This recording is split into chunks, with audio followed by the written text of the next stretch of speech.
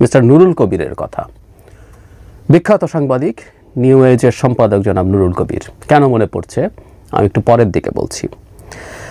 Doctor ইউনূসকে 5 বছর ক্ষমতায় রাখতে হবে, এই আলাপ এখন বেশ ছড়িয়ে দেওয়ার চেষ্টা হচ্ছে এবং যারা সোশ্যাল মিডিয়াতে থাকি এবং সোশ্যাল মিডিয়াতে একটা নির্দিষ্ট বাবলে থাকি তারা এটা দেখছি।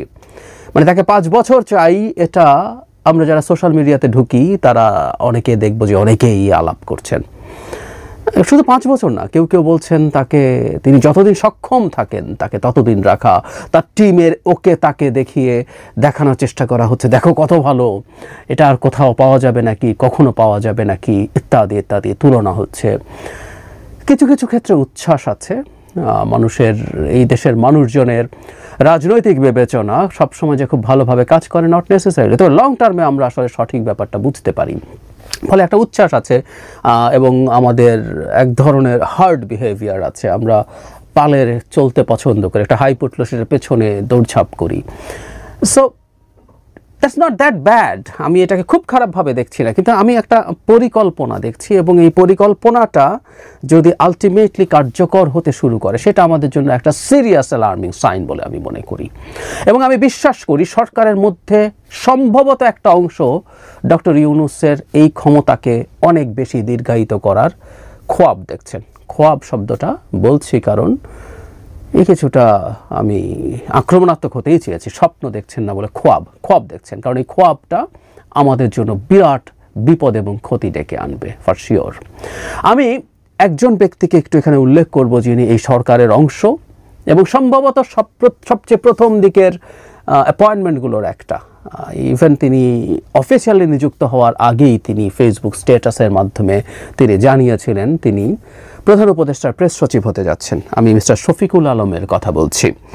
তিনি সাম্প্রতিক সময়ে তার ফেসবুকে কিছু জিনিস শেয়ার করেছেন। এটাকে এই কারণে আমি মনে করি, এটা কেউ উচ্ছ্বাসের সাথে বলে ফেললো, করে ফেললো, সেটা একটা জিনিস, কিন্তু যখন প্রধান উপদেষ্টার প্রেস সচিব এগুলো নিয়মিতভাবে করে যান, যে কটা আমার চোখে এসছে, হয়তো খুঁজলে আরও কিছু এরকম পাওয়া যাবে, সেগুলো আমাদের একটু সিরিয়াসলি দেখা দরকার।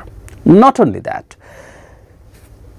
সম্প্রতি আমেরিকার ট্যারিফ নিয়ে যে 90 দিনের পজ জনাব ট্রাম্প দিয়েছেন চায়না বাদে, সেটার জন্য ইভেন স্বয়ং প্রধান উপদেষ্টার ফেসবুক থেকে এমন একটা স্ট্যাটাস দেওয়া হয়েছে যেটাকে কিছুটা মিসলিডিং বলা যেতে পারে, এবং সেটাও আবার বাংলাদেশের একটা মিডিয়াতে আসার পরে সেটা প্রেস সচিব সেটাকে শেয়ার করেছেন। শুধু সেটা না, তিনি আরও কিছু জিনিস শেয়ার করেছেন, আমি সেই কথাগুলো নিয়ে একটু আলাপটা করতে চাই। 5 বছর রাখার চেষ্টা অফিসিয়ালি আছে, আমরা এটা ধারণা করতে পারি। আমেরিকার ট্যারিফ নিয়ে যখন ট্রাম্প সিদ্ধান্ত জানালেন তখন চিফ অ্যাডভাইজারের ফেসবুক পেজ থেকে বলা হচ্ছে, thank you mister president for responding positively to our request for 90-day pause on tariffs. We will continue to work with your administration in support of your trade agenda. Chief adviser professor Mohammad Yunus. আমরা জানি আমাদের প্রধান উপদেষ্টা একটা চিঠি লিখেছিলেন এবং সেই চিঠির পরই এই ঘটনাটা ঘটেছে। ফলে অ্যাপারেন্টলি মনে হতে পারে যে এটা তার রিকোয়েস্ট। আওয়ার বললে অবশ্য তিনি যে শুধু নিজকে বোঝাচ্ছেন তা নাও হতে পারে, এটা একটা ব্রডার শব্দ, কারণ সারা পৃথিবীতে বহু জায়গা থেকে এটা আপাতত স্থগিত করার আলাপ এসছে। এমনকি আমরা যারা খোঁজ খবর রাখি তারা জানি এটা আসলে কেন হয়েছে। কিন্তু শফিকুল আলম ডেইলি যুগান্তরের একটা হেডলাইন, ডক্টর ইউনূসের অনুরোধ রাখলেন ট্রাম্প, এই রকম একটা ফটো কার্ড করেছে, সেটা তিনি শেয়ার করেছেন। যুগান্তর এই হেডলাইনটা কেন করেছে সেটা নিয়ে আলোচনা হতে পারে। তারা বুঝেছে নাকি না বুঝে করেছে, নাকি মোটিভেটেডভাবে করেছে, সেটা তাদের ব্যাপার। একটা পত্রিকা এটা করেছে, কিন্তু প্রেস সচিব এই মিসলিডিং হেডলাইনটা শেয়ার করছেন। এতে মনে হচ্ছে ডক্টর ইউনূসের অনুরোধের কারণেই ট্রাম্প এটা করেছেন। আচ্ছা, এই কয়দিন আগেই আমেরিকার প্রেসিডেন্ট নির্বাচনের সময় বাংলাদেশ, তখনও ডক্টর ইউনূস আমাদের প্রধান উপদেষ্টা, বাংলাদেশকে নিয়ে কি স্ট্যাটাস দিয়েছিল তার এক্স হ্যান্ডেলে, এক্স অ্যাকাউন্টে, আমাদের কি মনে নেই? কি ঘটে গেল যে ট্রাম্প এখন ডক্টর ইউনূসের কথা শুনতে শুরু করেছেন? এগুলো না খুব ছেলে খেলা হয়, এগুলো খুব ছেলেমি হয়, রাষ্ট্র পরিচালনা ছেলে খেলা না। এটা আসলে কি হয়েছে, কেন হয়েছে আমরা খুব ভালো জানি। এগুলো যে কেউ খোঁজ নিলে সারা পৃথিবীতে এখন প্রতিটা পত্রিকা, প্রতিটা টিভি চ্যানেলে এই আলাপই হচ্ছে। তিনি কিভাবে এই মার্কেট ক্র্যাশ বা তার ইনার সার্কেল এলন মাস্কের মতো মানুষ তার বিরুদ্ধে দাঁড়াচ্ছেন এই ট্যারিফ প্রশ্নে, সেই কারণে সেই চাপের বশবর্তী হয়ে করেছেন, বা অনেকেই তার সাথে আলোচনা করতে চাচ্ছেন সেগুলো করবেন। এগুলো এক ডক্টর ইউনূস অনুরোধ করেছেন বলেই এটা করেছেন, এবং এটা প্রেস সচিব শেয়ার করছেন।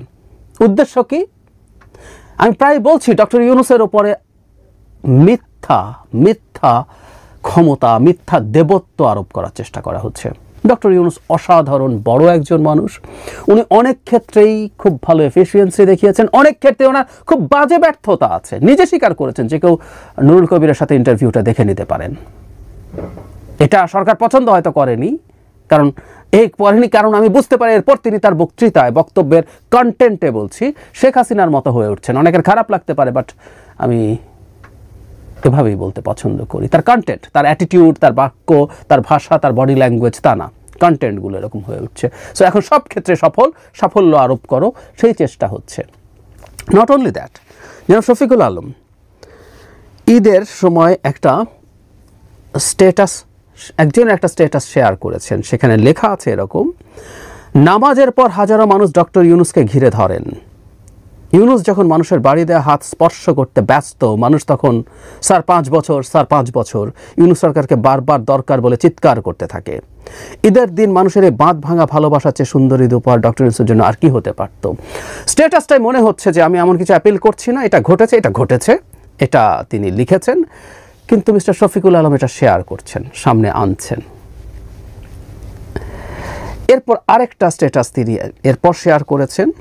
একজন ধর্মীয় বক্তাকে আমরা চিনি, অনেক বিখ্যাত, নোয়াখালীর আঞ্চলিক ভাষায় তিনি ওয়াজ করেন। তো সেখানে একজন স্ট্যাটাস শেয়ার করেন, স্ট্যাটাস লেখা আছে: চিৎকার দিক আল্লাহ, ডক্টর ইউনূস সাহেবরে জীবদ্দশায় বাংলার জমিনে নির্বাচন দিও না, এই নিয়ামত তুমি ছিনাই নিও না আল্লাহ। আমি শুনেছি ওখানে বারবার এই কথাটা তিনি খুবই উচ্চস্বরে প্রার্থনা করছেন এবং সবাইকে প্রার্থনা করতে বলছেন। যারা শফিকুল আলম এটা শেয়ার করেছেন, যদিও একটু ভদ্রতা করে লিখেছেন, no, the interim government will hold elections between December this year and June next year. প্রশ্ন হচ্ছে, এটা আপনাকে শেয়ার করতে হবে কেন? এটা ইনিশিয়াল দিয়েছেন, আপনি জানেন, আপনি একটা সরকারি চাকরি করেন এবং খুব গুরুত্বপূর্ণ চাকরি। এটা হচ্ছে প্রধান উপদেষ্টার প্রেস সচিব, যিনি প্রধান উপদেষ্টার মুখপাত্র হিসেবে কাজ করেন। ব্যাপারটা এই রকম, যদিও অনেক ক্ষেত্রে তার রোল এই সরকারের একজন অ্যাক্টিভিস্টের মতোই মনে হয়, হতেই পারে তিনি সরকারের অংশ, কিন্তু তিনি এটাও শেয়ার করছেন কেন তিনি এই 5 বছর থাকার আলাপ কখনো, এই হুজুর তো বলছে কখনোই নির্বাচন দরকার নেই।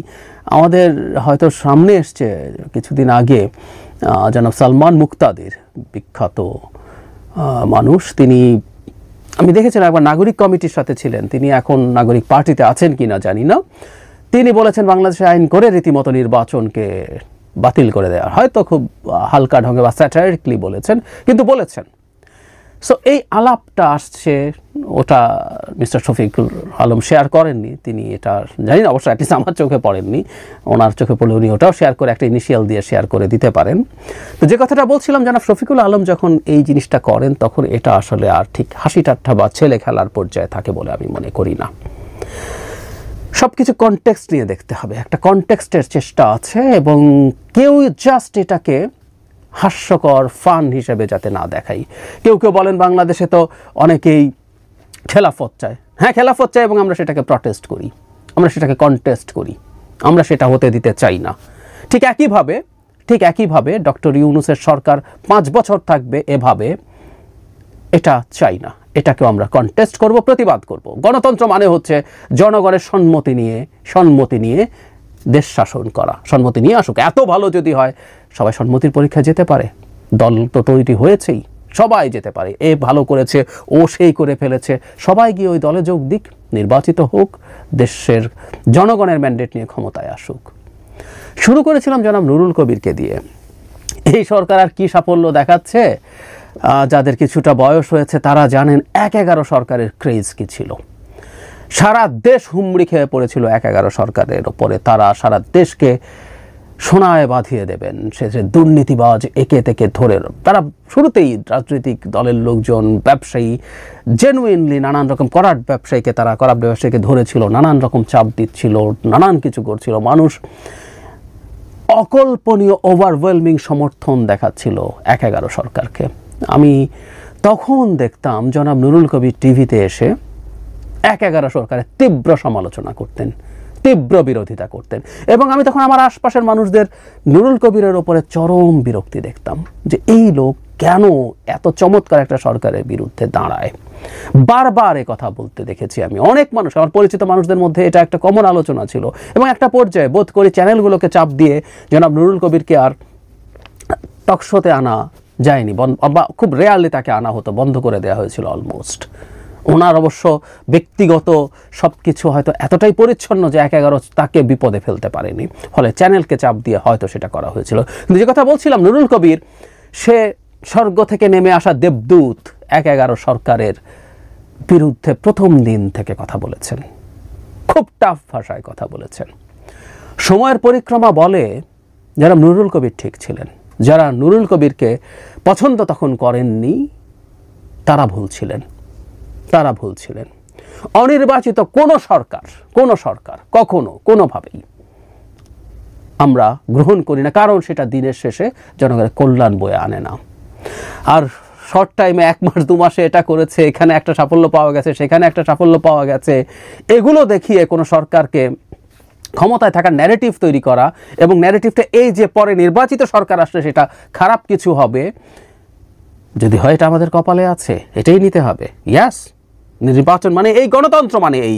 আর যদি গণতন্ত্র না চাই তাহলে আসলে কেউ বলে ফেলা উচিত যে গণতন্ত্র দরকার নেই। আমি বহুবার আওয়ামী লীগের লোকজনকে বলতাম, আপনাদের বাপ শেখ মুজিব তো একদলীয় শাসন কায়েম করছিল, আপনারা একদলীয় শাসন আবার নতুন করে আপনাদের সংবিধান সংশোধন করার মতো ক্ষমতা আছে, সব করে ফেলেন। চায়না তো চায় নাই, ভিয়েতনামের মতো দেশও যারা আমাদের পরে স্বাধীন হয়ে এবং 20-25 বছর বিরাট শক্তির বিরুদ্ধে যুদ্ধ করে ম্যাসাকার ধ্বংসপ্রাপ্ত হয়ে আমাদের চেয়ে ফার বেটার আছে ইন মেনি ইন্ডিকেটরস। তো তাহলে আপনারা তাই করেন। গণতন্ত্র বলবো আর নির্বাচন আসবে, নির্বাচন হলে কি হবে সেটার কারণে নির্বাচন দিতে চাইবো না, এগুলো ইত্রামি, সোজা সাপটা, এগুলো ইত্রামি। কোনো দল ক্ষমতায় আসলে কি করবে, আগে কি করেছিল, এগুলো নির্বাচনী মাঠের রাজনীতির বিষয় হবে। কোন দল, বিএনপি এখন ক্ষমতায় আসার আগেই নানা রকম অনিয়ম দুর্নীতিতে জড়িয়েছে, সেগুলো নির্বাচনী মাঠে আলোচনায় আসবে, চলবে, এগুলো নিয়েই নির্বাচন হবে, এগুলো নিয়েই মানুষকে ভয় দেখানোর চেষ্টা করতে হবে যে ওকে ভোট দিও না, ফাইন। কিন্তু এগুলো করবে তাই নির্বাচন দেয়া যাবে না, এটা গণতান্ত্রিক ব্যবস্থায় হতে পারে না, কখনো হতে পারে না, কোনোভাবে হতে পারে না, কখনো না। আওয়ামী লীগও ঠিক এই কাজটা করতো।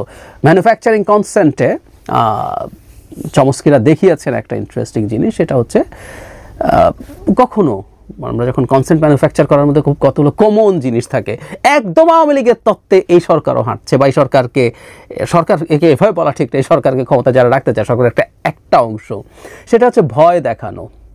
ম্যানুফ্যাকচারিং কনসেন্টের মধ্যে আছে এটা, আপনি ভয় দেখাবেন।